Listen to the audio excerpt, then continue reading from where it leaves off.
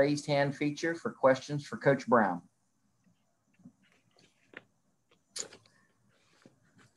Michael Sussman.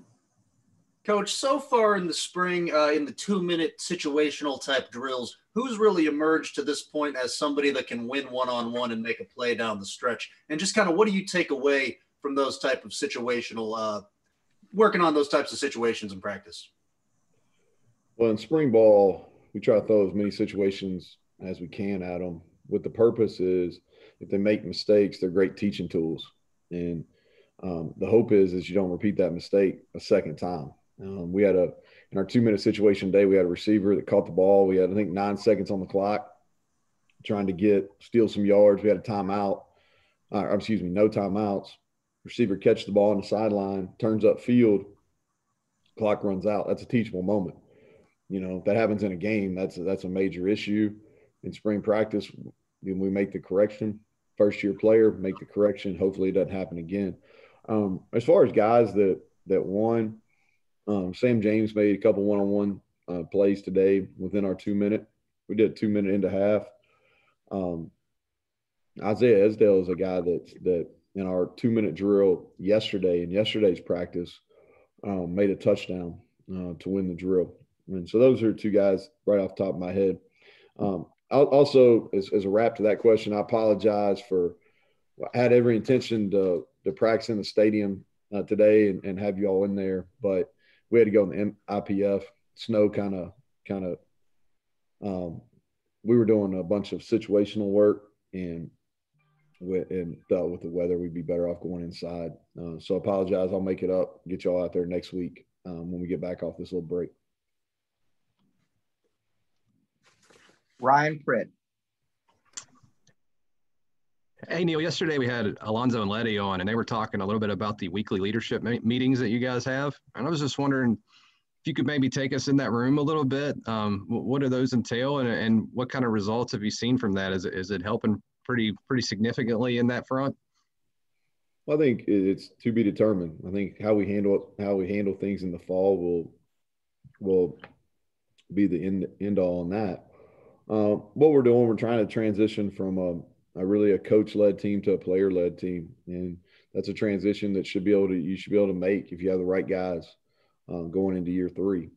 And I think when you have teams that nobody leads, they're not very good. They're poor teams. When you have coach-led teams, you're probably about average, and when you have player-led teams, you got a chance to be elite.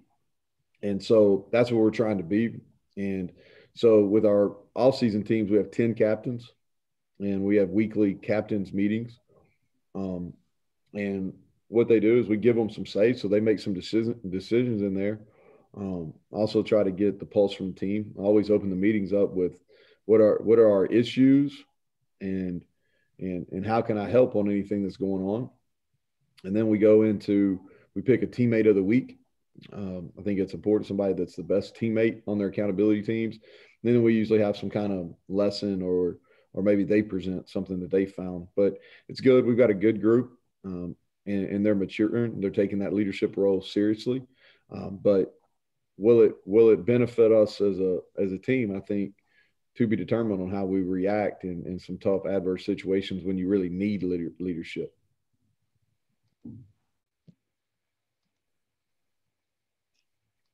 Chuck Landon. Hey, Neal, how is Doug Nestor progressing with you guys? He's good. He missed the first practice because he got contact trace from a class that he's in here. So he's practiced 4 times. The team's practiced 5.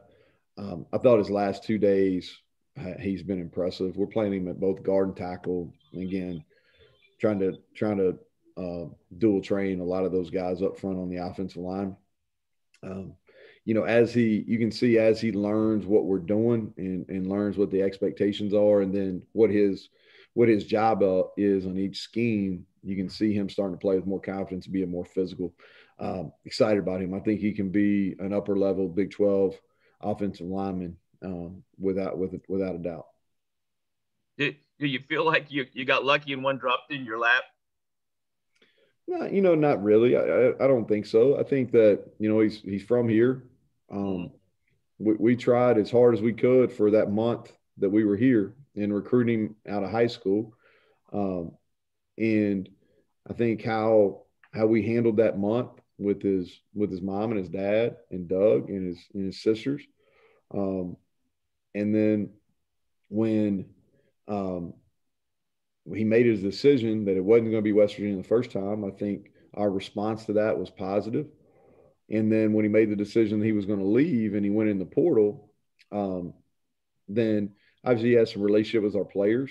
But also I think that relationship that we established there within that month that we were recruiting, I think that paid off. But we're glad we had him. We're glad we have him now and look forward to him playing a big role for us over the next couple of years. Thanks, Neal. Yep, thanks.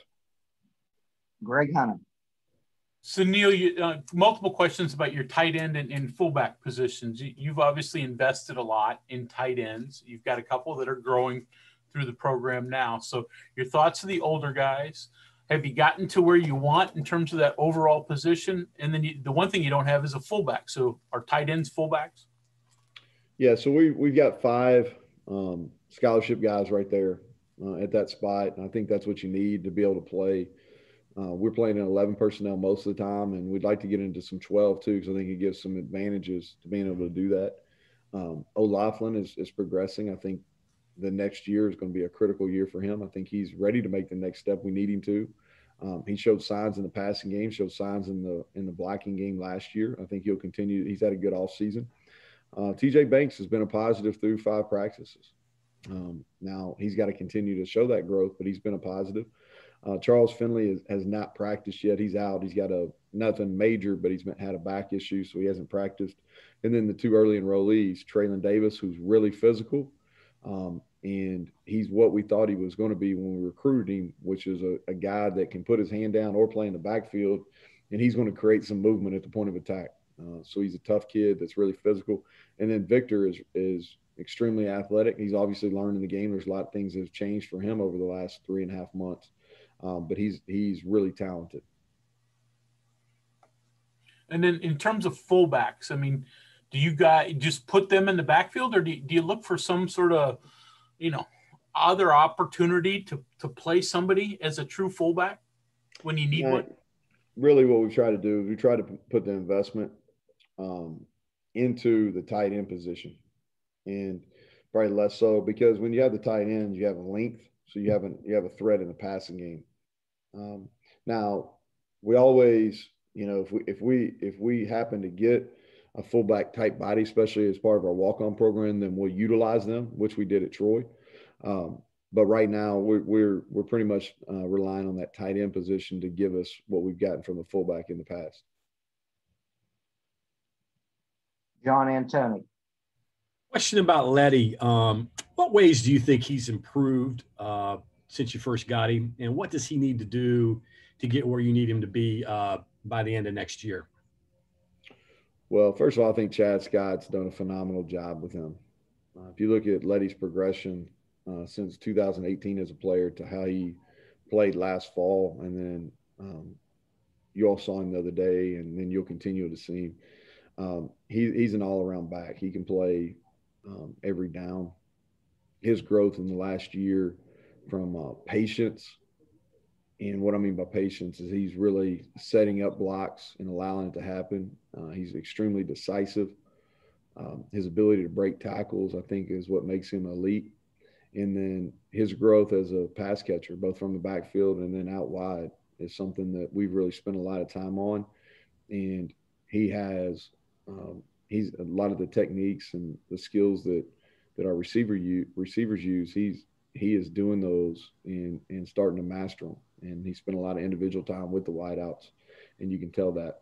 But he's put a lot of work in. His practice habits he's had championship level practice habits, which established him as on the field. I really believe that. And then I really believe that Chad Scott's done a great job with him, and Letty I would say would back that up as well. Thanks. Back to Michael Sussman. Coach, I know you guys were planning on going full pads for the first time today. Did you get any full speed contact in? And who's somebody on this team that really lights up at the opportunity to hit that maybe almost has a little bit of a screw loose? Because it seems like every team has at least one. Yeah. Probably stay away from the screw loose deal. But no, we did. We went full pads. We did some full tackling, a lot of tackling with our twos, minimal tackling with our ones, but we got our twos and several. Offensively, I thought Avarius Sparrow is a guy that is tough to tackle, and he's physical. He has courage to run the ball up the middle and square guys up. James Thomas at linebacker had a couple big hits. Those are the two guys probably from a contact level standpoint that stood out today. Ryan Pritt. And Neal, I wanted to ask you, now that you have a few practices under your belt here, about Kerry Martin. Where is he? How is he kind of developing this spring? Yeah, today was his first full tackle. He was with the twos, and he got quite a bit of tackling. And really the first live action he's in it since TCU in 2019. So it's been a while. Rusty, but he's flown around. His body's changed quite a bit. He's up to mid 190s, which is quite a bit heavier than he was, which gives him a better opportunity to compete. He's had a good winter. He's got to continue to do the right things, and he's learning both safety positions.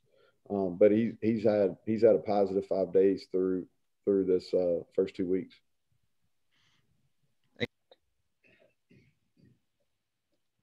Ryan, did you have another question there? No, I was just saying thank you. Keenan Cummings. Hey, Neal, how you doing, man? Keenan, I'm doing well, thanks. Wanted to ask you, you mentioned a guy that I actually wanted to ask you about, James Thomas. He certainly looks the part. Where is he at now? What positions is he playing? And what do you expect from him in year two? Well, we're just trying to – we've got him locked in at the Mike linebacker position. We feel like that's going to maximize his ability. He's a guy that we need. We need him to be a factor on special teams and at linebacker. Every day is a learning and growth opportunity for him.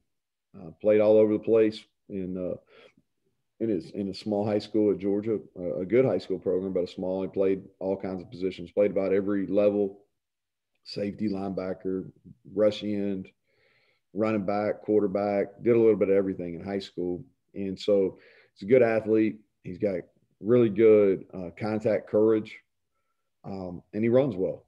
We just got to get him where he lines up consistently. He's more disciplined with his eyes. He plays lower. He's able to defeat blocks. So it is.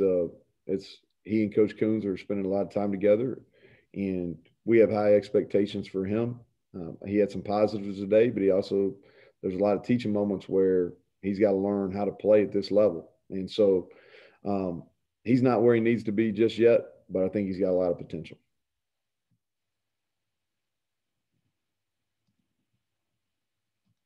Back to Greg Hunter.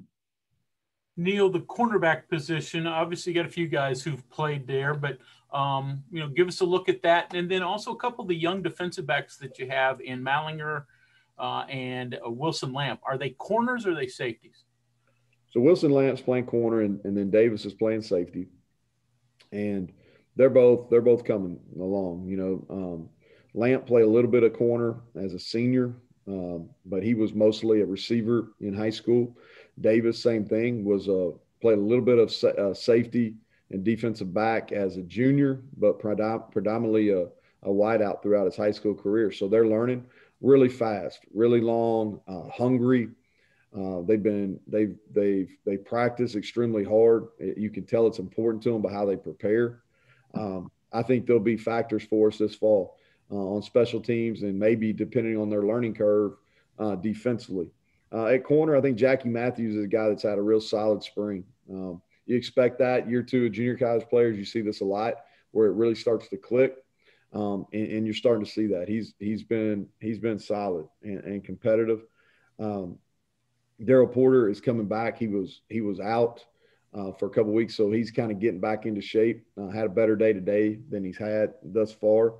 And then at corner as well, Nick Troy trying to get Nick Troy. He's a guy that he can run. He runs really well. He's strong. He's athletic as anybody we got. I just want to play. I want him to take some more chances. I think he needs to play a little bit more free and learn and have confidence. I have a lot of confidence in him. Our coaches do. I want him to play with that confidence, and the spring's the time to do that. And then Wilson Lamb. Those are guys who are getting a lot of reps. And then Ruffin is a kid that's played some for special teams for us. I think he'll be a key special teams player for us in the fall. He's as fast as anybody we have, and he's getting some quality reps there at corner right now as well. You don't have a ton of depth there, so do you cross-train a safety or two just for emergency purposes? No, not really. We're going to go get some. We're going to go get some help. So, if we had to in a pinch, Alonzo would go out there and play, but that's not something that we're going to do. We'll go get some help. Back to Keenan Cummings. Neal, off the current team for a second. With recruiting, I know with visits possibly opening back up in June, what's the reception been like from kids? I'm sure they're excited. And also kind of how are you guys managing that, with trying to get guys right now in the fold and then maybe trying to hold out for guys that you can bring on campus? Yeah, it's a delicate game. Yeah, it's delicate. We've had a good day here. We've had a pretty good week in recruiting. But it is, we're working under the anticipation that June we will be allowed to have recruits on campus. And so we're scheduling visits. We have 3 weekends planned right now. And we don't want to have we're trying to limit our numbers in each of those weekends, but June's going to be big for us. I don't think there's any question. It's going to be big for official visits. It's also going to be big for unofficials with our 22s, but also 23s and 24s, trying to get them here on campus. It's going to be big.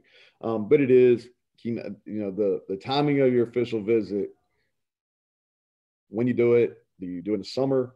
Do you do it in the fall? Do you do it in December? That's one of those things that's delicate. And it goes down to, you want to take the official visit close enough to decision-making time. So that's what you have to figure out. When's a kid in decision-making mode? And you want to try to get the official visit in decision-making mode. Also, you want to put your best foot forward. And so you got to figure out when is the best opportunity to do that. I tend to like summers here in Morgantown. Chuck Landon. Neal, how's the quarterback situation going? How much is Day and Garrett Green progressing? Yeah, so they're both getting a ton of reps. Today was a really good learning day for Garrett. He and the thing about him is he's got this ability to extend plays. He's got this ability to get out of the pocket, and he makes some wild throws and some wild runs. But the flip side of that is he also makes some major mistakes. And so as a coach, it's kind of like what we were just talking about on official visits. It's like, when do you decide to bring him in? It's kind of like with Garrett, when you don't want to put your thumb on him, because what makes him special is his ability to ad lib. So you don't want to put your thumb on him, but he's got to understand when to harness it. And today we had a great example. We were doing a coming off segment. Well, the biggest thing coming off, you can't take a sack. And, he took a safety, because he's running around trying to extend a play, where, hey, sometimes the best thing is just throw the ball out of bounds sometimes and play and live to play another day. I always say this. The great thing about offense, you can punt. If you have a bad play on offense, you can punt. Defense, if you have bad plays, usually points. So we get to punt on offense. And so he's got to learn that. But he had some really highs today, and he had some mistakes that we'll learn from. And again, I know y'all get tired telling me, but in spring, I think it's a great, we got video, and that video, you all have heard me say this, it tells a story. And in spring, man, that video has got to be great learning tools, because we can't afford to make those mistakes in games because you lose. And Jarrett is progressing. This is he's going into what will be his third fall here, but his fifth in college football. And so he's experienced. He's handled himself well. he's taking the things that we thought were really important for him to get better at, and he's showing improvement. And that's pocket movement. That's being able to break the pocket when it's necessary and make throws on the run. And he did both of those things today. Thanks, Neal. Yep, thanks. Our final question for today comes from Skylar Callahan. Hey, Neal, some of those younger guys that you have at Bandit, like Linnell Carr, Eddie Watkins, Tar Simmons, are those guys – I know you talked about it before, but do you think that any of those guys would maybe move around a little bit? And of those three guys, are any of them really standing out to this point? Yeah, so Linnell and Torres have had grown into defensive end bodies, and I'm really excited about both of them. Linnell is probably our most natural pass rusher that we have. He's working on continuing to change his body. He had 2 really good days in a row. Then yesterday on Wednesday was just so. I have to watch film to say today, but he's a guy that I think's got upside. And Torres Simmons just works, and he's kind of grown into a defensive end body too. He's really strong. I think both those guys are going to be high-level players. I'll be disappointed if they're not factors for us this fall and give us significant snaps. But I think they have a lot of potential in the future. Okay, Coach Brown, thank you for your time today. Yep, thank you all. Y'all have a good weekend.